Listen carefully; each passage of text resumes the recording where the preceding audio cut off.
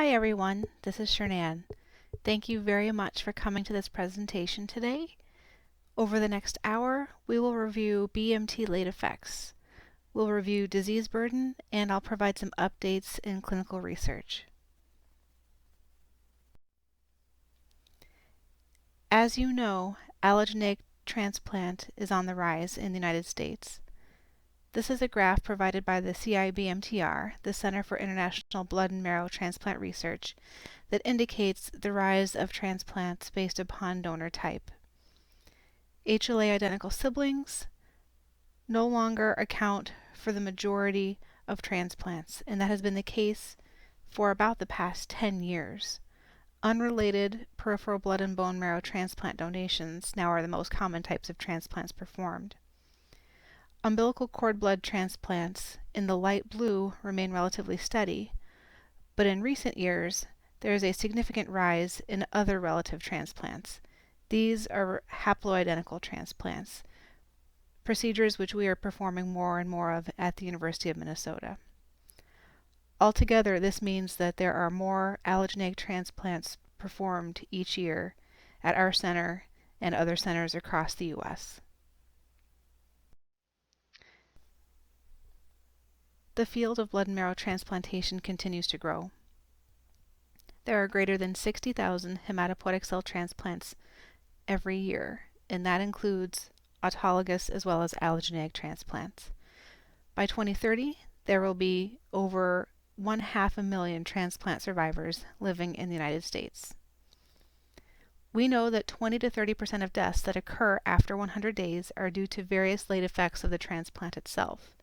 And in the slides that follow, we'll be discussing some of those late effects.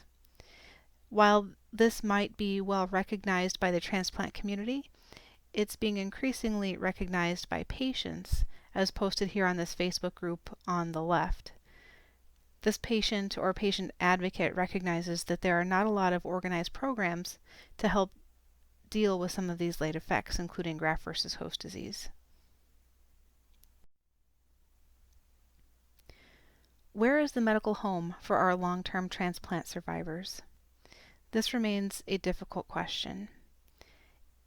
If patients survive the transplant and are rendered what we call NED, or no evidence of disease or the cancer for which they underwent the transplant, often we feel the transplant is a success and patients are transferred back to their primary care providers. Although this is an uncomfortable transition for both the patient as well as the primary care providers. In a sense, patients are lost in this transition, feeling that they don't quite have a medical home anymore. Fortunately, outcomes of transplant are improving. In 2011, Dr. Wingard et al. Published in the Journal of Clinical Oncology that among over 10,000 allogeneic transplant survivors, 85% of these patients were alive at 10 years post-transplant. In this study, they defined survivors as someone who survived 2 years post-transplant. So in a sense, if a patient survives 2 years, it's really likely that they'll be alive at 10 years post-transplant. But despite those successes, we certainly still have work to do. In our long-term survivors, we recognize that mortality rates are significantly higher than the general population.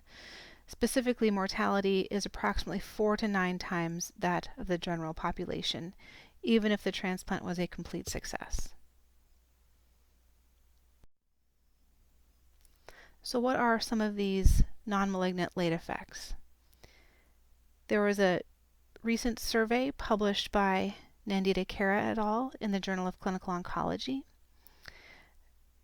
Working together with colleagues, she surveyed the incidence of 14 non-malignant late effects in over 1,000 transplant survivors. These patients underwent transplant between 2004 and 2009. Their self-reported outcomes included questions regarding musculoskeletal health, the endocrine system, cardiovascular system, as well as other organ-specific and psychiatric domains. Chronic graft versus host disease was not included in this report. Among these over 1,000 survivors, The cumulative incidence of any late effect at 5 years was 44.8% for those with autologous transplants, and 2.5% of these patients had greater than 3 late effects. The cumulative incidence of any late effect at 5 years for allogeneic transplant recipients was quite high at 79%, and 25.5% of these patients had 3+ late effects. Here's a breakdown of some of those late effects specifically. In essentially all of these cases, allogeneic transplant recipients had a higher incidence of these late effects, including osteoporosis. Nearly a quarter of patients had osteoporosis who underwent allo transplant. Diabetes mellitus, essentially a quarter as well. Adrenal insufficiency, iron overload, lung disease, and deep venous thrombosis. All of these late effects were higher in allogeneic transplant recipients, although certainly were still present in those who underwent autologous transplant. Notably, osteoporosis, lung disease, and DVTs were still relatively common among auto transplant survivors. There was no significant difference in the incidence of avascular necrosis, joint replacement, thyroid disease, stroke, coronary artery disease, suicide or suicide attempt, or dialysis in auto versus allo transplant. What about the quality of life burden of these late effects? In this report, there is no strong association between age and quality of life.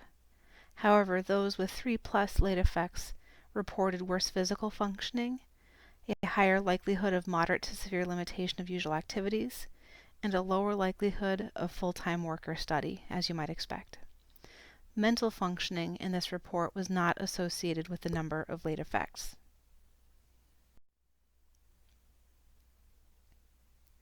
In the next few slides, we will be discussing guidelines for monitoring these late effects. Specifically, we'll be going through the recommended screening and preventative practices published in 2012 by Majel et al.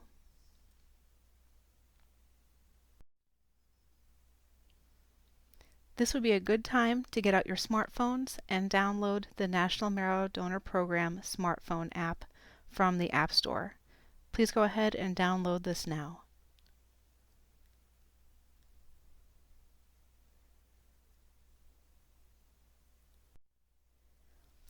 Here are some screenshots from the NMDP app.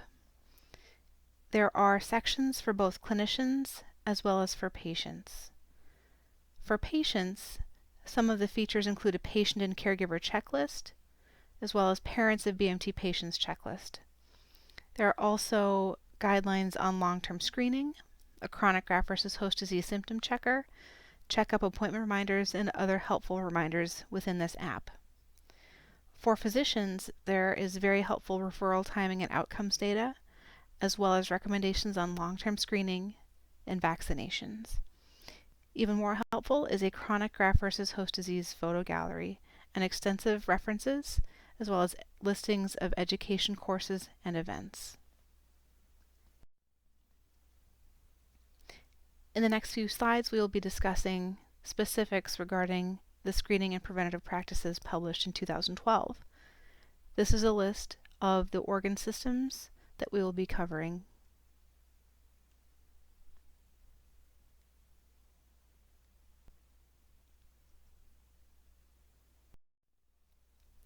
Immunity and infections. Immunizations and antimicrobial prophylaxis are an essential part of post-transplant care, as you know. Patients with chronic graft versus host disease should receive encapsulated bacteria or pneumococcal antibiotic prophylaxis that is essentially lifelong. Prophylaxis against HSV and VZV, fungi, mold, or pneumocystis can be determined on a long-term case-by-case basis, dependent upon the amount of immunosuppression that somebody is on and their prior history. Usually, we start to re-immunize transplant patients at 1 year post-transplant. One of the guidelines for allogeneic transplant recipients is that they are off immunosuppression for greater than 6 months when we start the vaccines. However, postponing immunizations in patients with chronic graft versus host disease is not recommended, with the exception of live vaccines, such as the measles, mumps, and rubella vaccine. That should not be administered to patients with chronic graft-versus-host disease or those on ongoing immunosuppression. In terms of assessing someone's immune reconstitution post-transplant, CD4 T lymphocyte counts as well as immunoglobulin G levels can be checked, and that can serve as a decent surrogate for immune reconstitution.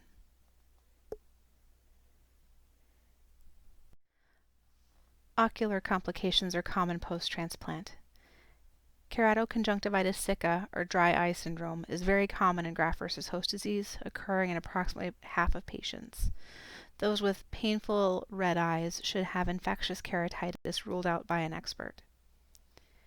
Cataracts are also very frequent, occurring in 40 to 70% of patients undergoing total body irradiation at 10 years post-transplant. Some options for dry eyes include scleral lenses or autologous eye drops, steroids, Restasis, and many other options. These should all be administered and monitored by an expert ophthalmologist. Oral complications. Decreased saliva production is very common in transplant patients, especially those who receive total body irradiation and those who have chronic graft-versus-host disease. To help with this, artificial saliva and sugar-free candies can be useful, as well as sialagogues such as pilocarpine, and frequent water sipping. These can be used to help keep the mouth moist. There is a heightened risk of squamous cell carcinoma involving the oral cavity in tobacco users post-transplant, as well as those with a background history of Fanconi anemia and those with chronic graft-versus-host disease. At least once yearly oral dental evaluations are recommended, or more frequent if there are symptoms. Respiratory complications. Treatment-related lung toxicity is a major concern in patients who received total body irradiation, BCNU, bleomycin, busulfan, and methotrexate. Bronchiolitis obliterans syndrome, or BOS, is what we refer to typically as pulmonary graft-versus-host disease. This occurs in approximately 2 to 14% of allogeneic transplant recipients. Clinically, this presents as shortness of breath and can be determined on pulmonary function testing by a new onset airflow obstruction. Survival is very poor if there is no response to immunosuppression, less than 20% at 5 years. Cryptogenic organizing pneumonia, or COP, was previously called BOOP. This is less common than bronchiolitis obliterans syndrome. Patients typically present with a cough and low-grade fevers. Their pulmonary function testing shows a restrictive pattern. Most patients are expected to improve with steroids.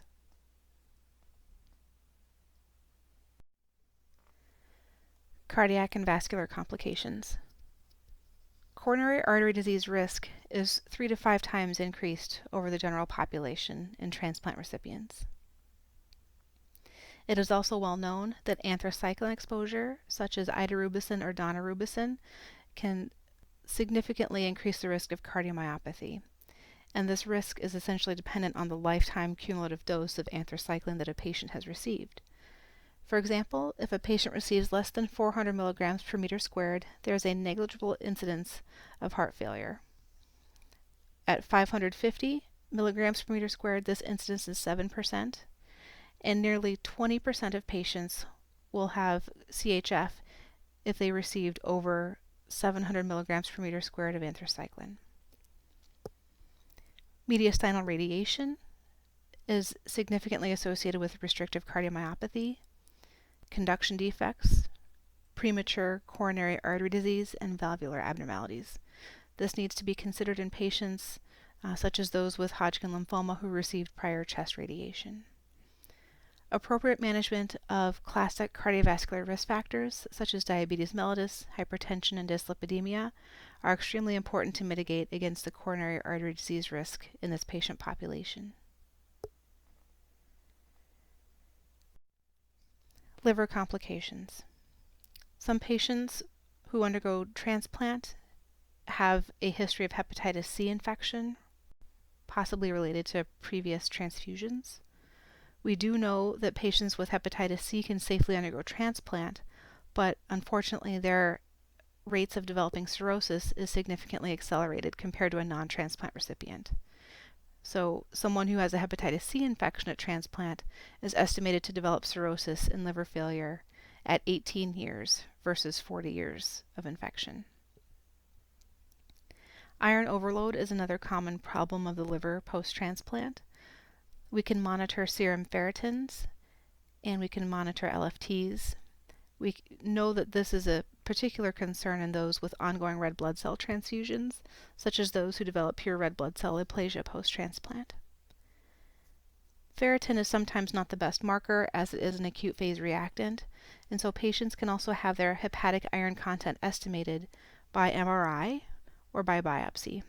Biopsy is the gold standard, but non-invasive MRI can certainly be performed as well. If iron overload is diagnosed, the typical treatment would be phlebotomy if they have a normal hemoglobin and hematocrit.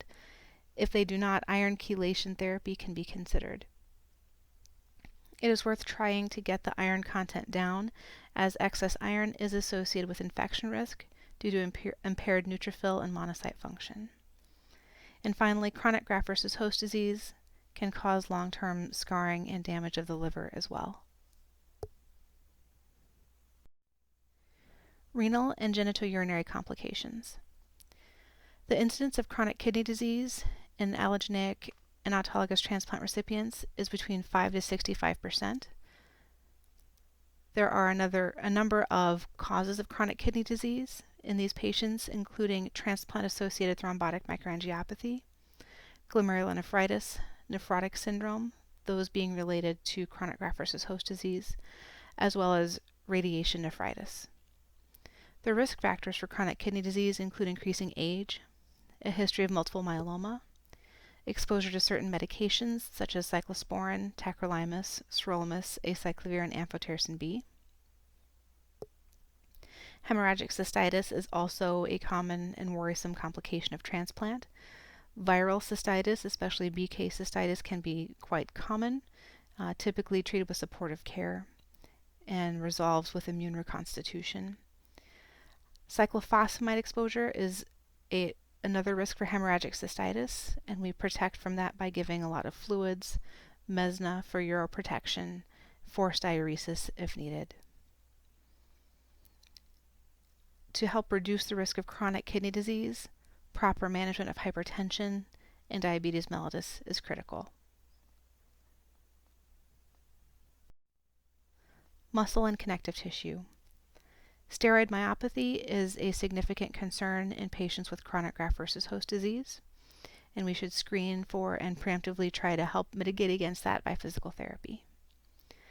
Myositis can also occur post-transplant. This is characterized by muscle weakness and sometimes pain, and would be manifest in the blood by an elevated CK or aldolase level. This is overall quite rare, but is a distinctive chronic graft-versus-host disease manifestation. The more common manifestation is sclerosis of skin and subcutaneous tissue. This is diagnostic of chronic graft-versus-host disease. The above picture shows a linear scar or morphea in a patient with chronic graft-versus-host disease, and the bottom picture shows a rippling effect of subcutaneous sclerosis in chronic GVHD. In these patients, early intervention is important to prevent contractures, especially those that can occur at joints. And physical therapy and massage, in addition to appropriate and timely immunosuppression, can help with this.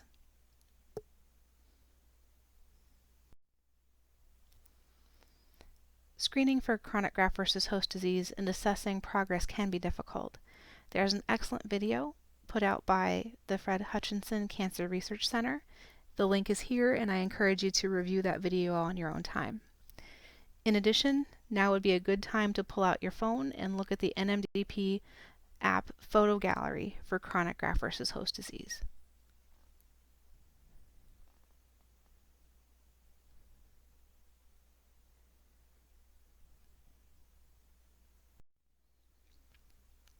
Skeletal complications. There is a high incidence of bone density loss in both autologous and allogeneic transplant recipients. 25% of patients will have osteoporosis, but over half will have osteopenia, so again, very common.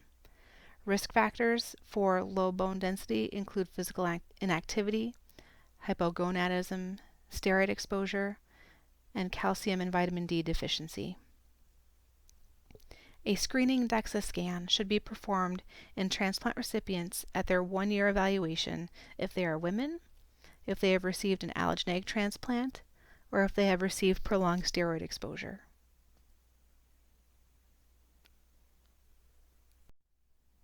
Nervous system complications. Peripheral neuropathy from chemotherapy is an all too common complication. There can also be calcineurin inhibitor-associated neurotoxicity.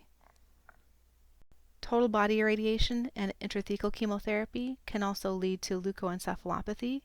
Sometimes this is asymptomatic and identified incidentally on brain imaging. CNS infections are relatively rare, but need to be considered in those who are highly immunosuppressed. Cognitive deficits are quite common post-transplant. There's an estimated 10% incidence, and neuropsychologic deficits are even more common with an estimated 20% incidence post-transplant. Endocrine complications. 10 to 50% of patients who undergo myeloablative conditioning will develop hypothyroidism at some point in their lives. Because of this, annual thyroid function testing is recommended for all patients undergoing myeloablative conditioning. Hypogonadism is also common, and supplementation can be considered on a case-by-case basis. And providers should be aware of the risk of adrenal failure in patients who have prolonged corticosteroid exposure.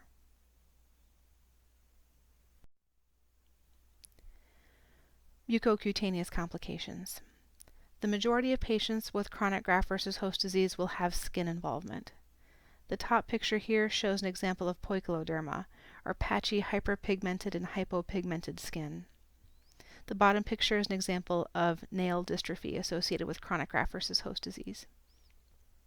This can be more than just cosmetic. There is an increased risk of skin cancer in transplant recipients, and so protection from the sun is very important, and annual dermatology evaluations are recommended. In addition to the skin, vaginal chronic graft-versus-host disease can lead to strictures, and early discussion of vaginal dryness or other symptoms should be discussed and intervention recommended. Secondary cancers. This is one of the greatest concerns of post-transplant care. Treatment-related MDS and AML occurs in approximately 4% of patients who undergo autologous transplant. This risk is associated with increasing age, exposure to alkylating agents, exposure to topoisomerase II inhibitors, radiation, and even those who have difficult stem cell harvests. These patients are at greater risk of MDS and AML post-auto transplant. Possibly the most common secondary cancer post-transplant is post-transplant lymphoproliferative disorder. This is related to severe immune compromise, and so can especially be seen with T-cell depleted grafts and those with EBV viremia. Early treatment with rituximab is important in patients to help preempt this possibility. We should also be screening patients with CT scans if they have an elevated EBV PCR post-transplant. Solid tumors account for 5 to 10% of late deaths in all transplant patients, and these are strongly associated with radiation exposure. The most common solid tumors are those of the skin. 10% of transplant recipients will have skin cancer post-transplant. And another staggering statistic is that 17% of females will have breast cancer after total body irradiation, and so therefore they must undergo mammogram screening possibly earlier than they normally would based upon their age. Psychosocial and sexual complications. Psychological distress is significant in a number of survivors. Even the strongest person pre-transplant can have their self-regulatory capacity fatigued over time. Emotional and physical side effects can impact sexual function. Infertility is common but not universal post-transplant. There are a number of reports of spontaneous or assisted pregnancies post-transplant, but we do recommend that efforts in this area be delayed for at least 2 years post-transplant to allow for recovery from the procedure, as well as decreasing risk of relapse as time goes on. Women who are exposed to total body radiation have a higher rate of preterm delivery and low birth weight infants and are therefore considered high-risk pregnancies.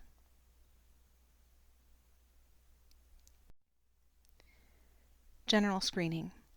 This is a website that shows the general recommended screening for patients in various age groups, also dependent on patient sex and other risk factors.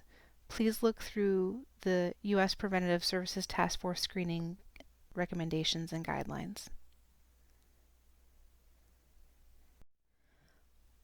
We've just reviewed a number of organ systems and discussed the recommended screening and preventative services to help keep patients healthy. The next part of this talk will cover psychological distress. Energy and stamina. Inflammation and changes to the hypothalamic pituitary adrenal axis lead to fluctuations in energy and stamina in essentially all transplant patients. This can be improved with exercise and strength training. We do this in the hospital for our patients with frequent physical therapy, but there can also be home-based exercise programs to help with this. Outside of exercise, there are no well-controlled studies of pharmacologic agents to help improve fatigue in transplant patients. There is some off-label use of a couple of agents for energy. These include modafinil or Provigil. This is FDA approved for narcolepsy. It showed benefit in 2 uncontrolled studies of cancer fatigue. This might have possibly fewer side effects than other stimulants. Although the most common medication likely used in this setting is methylphenidate or Ritalin. This is FDA approved for ADHD, but it does have a possible higher potential for abuse. The NCCN does have guidelines for cancer-related fatigue. These guidelines cover patient and family education and counseling, general strategies for management of fatigue, as well as specific interventions. The guidelines list non-pharmacologic interventions that include activity enhancement, psychosocial interventions, nutrition, and cognitive behavioral therapy. They also list pharmacologic therapy, including the agents I just discussed.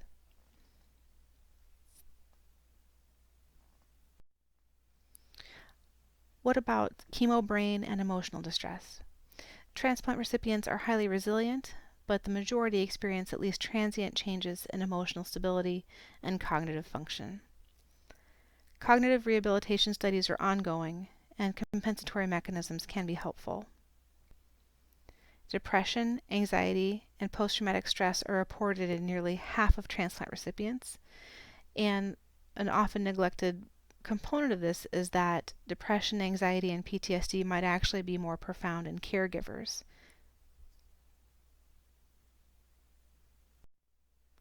The NCCN also has guidelines for distress management. There's a screening tool for measuring distress on the scale of 0 to 10, as well as a number of other areas which patients can express distress, including practical problems like housing or insurance, family problems, emotional problems, spiritual or religious concerns, and physical problems. This is a brief screening tool that can be quite helpful in identifying areas of distress for patients. We've just talked about a number of screening and preventative practices ranging from the physical to the emotional. What about compliance with all of these recommendations?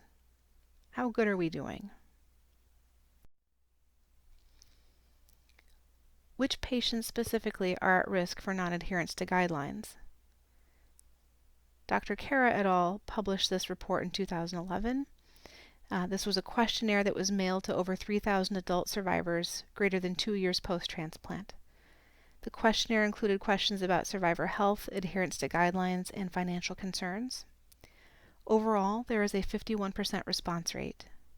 Respondents tended to be older at present, 54 versus 47 years, as well as older at the time of transplant compared to non-responders, 42 years of age versus 32 years of age. More men, Hispanic Latino subjects, and marrow recipients of myeloablative conditioning were in the non-respondent group.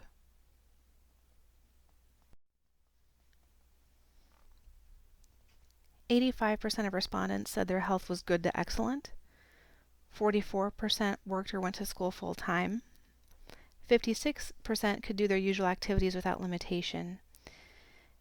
And 3/4 of these patients saw their doctor in the past 3 months. So these were relatively high intensive users of medical care.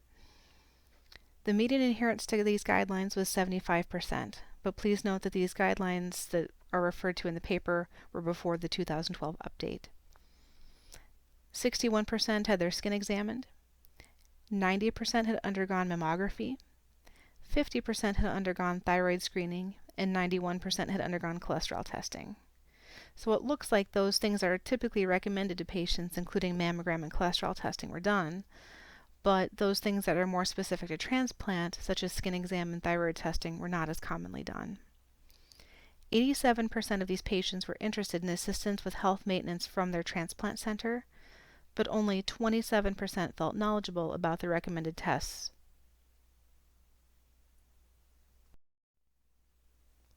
98% of these respondents had medical insurance. 3% had filed for bankruptcy. Lower guideline adherence rates were associated with autologous transplant, concerns about medical costs, greater than 15 years post-transplant, non-white race, male sex, lower physical functioning, absence of chronic graft-versus-host disease, less than 40 years old, or a self-reported lack of knowledge about tests. So essentially those who had undergone autologous transplant or had undergone transplant a long time ago or didn't have a lot of complications or were male or non-white didn't do the typical screening that was recommended. A lower self-reported lack of knowledge about recommended survivor tests was associated with similar factors: autologous transplant, males, patients without chronic graft-versus-host disease, non-whites, those who are greater than 65 years of age, and those who are greater than 15 years post-transplant.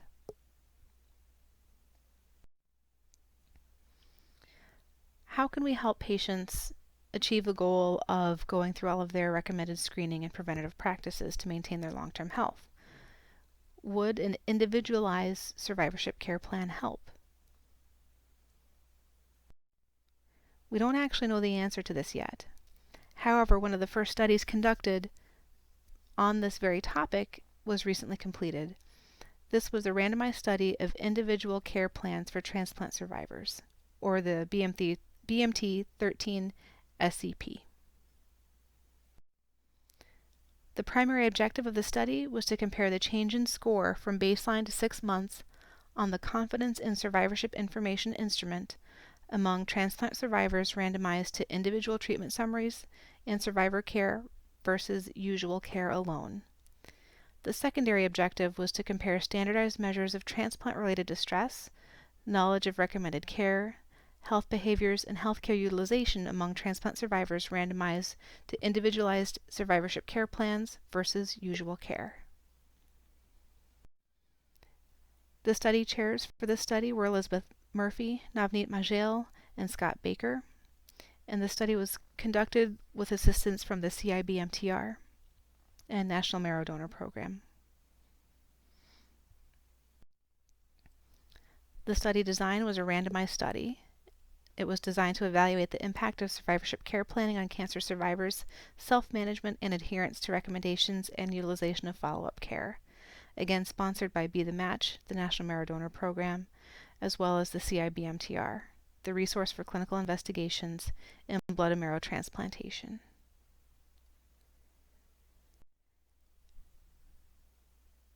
Background and rationale. There is a critical need to ensure that transplant survivors receive the necessary follow-up care to prevent or mitigate late effects. By influencing patient knowledge of recommended preventative care, this study will empower transplant survivors to advocate and make informed decisions for their own health care, make preventative care patient-centered, and have direct impact on their health and well-being. By using the data collected on the CIBMTR transplant forms, survivorship care plans can be provided in an efficient, cost-effective, and timely manner. The goal of this was to generate a resource that reduced the use of manual labor required at transplant centers to develop these individualized survivorship care plans. If the centralized survivorship care plan preparation meets the objectives in the proposed study, it will justify and support allocation of infrastructure and resources to implement it for routine clinical care in transplant survivors. And it will lay the foundation for future research that can be done efficiently and in a resource-effective method using existing CIBMTR mechanisms. The data review process went something like this. The CIBMTR identified potentially eligible subjects for centers identified from the database. They then created a spreadsheet with data needed for eligibility, determination, and creation of survivorship care plans for potential subjects. The transplant center then received the spreadsheet through a secure delivery method, confirmed the survival and disease status from the medical record, and if patients were alive and in remission, confirmed the data for survivorship care plan creation. Once the data was correct, it was provided to the patient. There were a number of assessments that were built into this study. There was a baseline survey that included confidence in survivorship, cancer treatment distress, knowledge of transplant exposures, healthcare utilization, health behaviors, health and well-being, and health self-efficacy. There was a 2-week survey of health literacy and survivorship care plan use for the intervention group, or those who received survivorship care plans. And there was a 6-month survey. It was the same items on the baseline survey and included survivorship care plan use for the intervention group. The University of Minnesota did participate in the study. We contributed approximately 20 patients to the study. The enrollment reached its goal of nearly 500 subjects in June of last year. The data is still being analyzed and cleaned, and results are expected hopefully soon. What's next in BMT survivorship? Pending results of the 13 SCP study and developing on some of the needs of special populations, including men and those at extremes of age, there is a new study that's being developed called INSPIRE. Integrating health informatics in a scalable, stepped care self-management program for survivors after hematopoietic cell transplantation, or the INSPIRE study. This is being led by Karen Soralia, Scott Baker, and Navneet Majel. The goal of this project is to expand the INSPIRE project into a stepped care program with self-management telephone calls. This includes online modalities using the internet, social media, and mobile apps to improve healthcare survivors who are 2 to 5 years post-transplant. They're building upon their previous INSPIRE project by focusing on cardiometabolic or subsequent cancer surveillance and distress. This project also extends to a large multi-center national program for sustainable dissemination and implementation testing, collaborating with the CIBMTR and the NMDP. If effective, this program could be implemented nationwide for long-term transplant survivors and would provide a framework for similar survivorship care models in non-transplant cancer survivor populations. So the key way that INSPIRE differs from the previous 13 SCP study is really the use of online apps, the internet, social media, and mobile apps, whereas the 13 SCP study was a paper-based individualized survivorship care plan. With all of this knowledge, how compliant are we right now with current screening and preventative practices? Well, the current situation is not very good. Presently, we get 30-minute visits for our anniversary visits, and these are with the MD only. That is really not adequate to cover the breadth of what we discussed today. So here's how well we are currently doing. One of our fellows recently assessed 78 charts from patients who were considered transplant survivors. They were greater than 2 years post-transplant without relapse. She reviewed the 2-year anniversary visits of all of these patients and determined how well we documented and performed the following screening practices.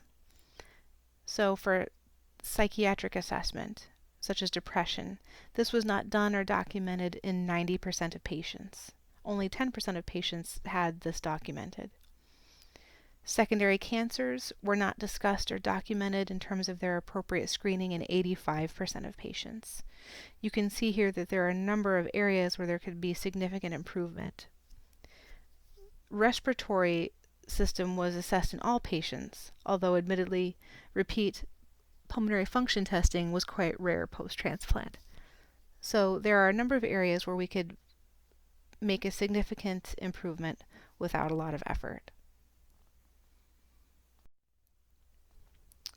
In summary, there are many late effects.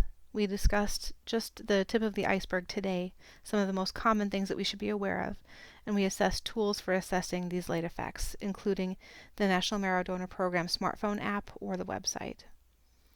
There are certain populations who are at risk of non-adherence to guidelines, and providers admittedly do not always complete the screening as recommended, likely due to time constraints or knowledge constraints. Individualized survivorship care plans might help. These are now becoming mandated nationwide. To help meet our goals of achieving better screening and preventative services for our patients, we are currently working on an APP-led model in the adult BMT program to make sure that each patient receives standardized information and a standardized approach throughout their continuum of care.